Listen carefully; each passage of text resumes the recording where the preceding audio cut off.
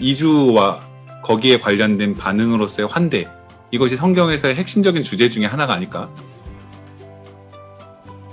성서를 읽어나가는 다양한 방식과 다양한 어떤 다양한 해석의 어떤 틀들이 있지만 한국 사회에서 잘 읽혀지지 않았던 것은 이주라는 주제로서 성경을 읽어가는 것이었다고 생각합니다. 성서를 보다 보면 예수님이 이 땅으로 또 내려와서 이주의 이야기이기도 하고, 성서에 등장하는 여기에 있는 수많은 내용의 이야기들이 어떤 주인공으로 여겨졌던 주인공들이 다른 곳으로 이주하였던 사람들의 이야기들이 있는데, 그러한 배경들이 성서에 있지만 한국 사회는 이주에 대한 배경들이 많이 없다. 이주 사회가 아니고 그냥 단일민족의 사회다라고 사람들이 전제하고 그걸 피부와 같이 몸에 내재화된 상태에서 성서를 읽다 보니까 그러한 맥락들이 전혀 이제 드러나지 않는 경우들이 있고, 특히 성서를 읽어 나갈 때에도 스스로가 주인공이 되는 방식으로 성서를 자꾸 읽어 나가다 보니 다양한 정체성을 가지고 하나님 다양하게 말씀하시는 것들을 그렇게 나누어서 보지 못하고 나에게 어떻게 적용할 것인가 라는 것으로 많이 보았던 부분들이 있어서 그런 이주에 관련된 내용들을 잘 성서에 나와 있지만 발견하지 못했다라는 생각이 좀 드는 부분이 있었던 것 같고요.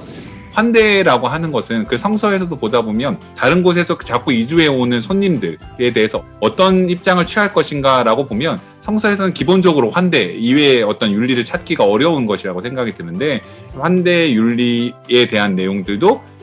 성서의 핵심적인 내러티브다. 그런데 특히 우리와 다르다라고 하는 것이 한국 사회가 사실 그렇잖아요. 다른 것은 다른 거야 라고 하지 않고 다르면 안 돼 라고 하는, 다른 것을 참지 못하는 것이 한국 사회의 강력한 어떤 단일주의로 흡수되는 이런 힘이 있고, 그 힘이 너무 강해서 사회에도 그렇고 곳곳에도 그렇고 인종에도 그렇고 문화도 그렇고 교회 안에서도 다르다라는 것을 받아들이기 어려워하는 이제 그런 부분들이 많이 있는데, 다르다라는 것에 대한 반응은 기본적인 것이 환대다라는 부분이 성서에 여러 가지의 것들이 있는 것을 중요하게 저희가 받아들여야 되지 않을까라는 생각이 들었고요. 성서에서 그런 배경들이 담겨 있는 것뿐만이 아니라 우리가 지금 발딛고 있는 사회 자체가 이주와 환대를 아니면 이야기를 할 수 없는 곳이라는 거죠. 이제 한국에도 250만 명 이상의 외국인들이 있는 것이고, 한국 사회에서의 거의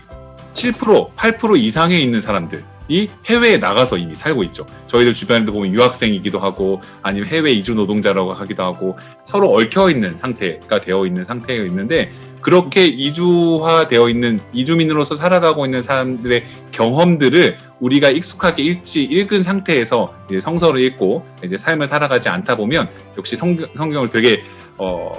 편협하게 읽는 방식이 많아질 텐데, 우리가 살고 있는 사회 자체도 사실 그렇다라는 부분들을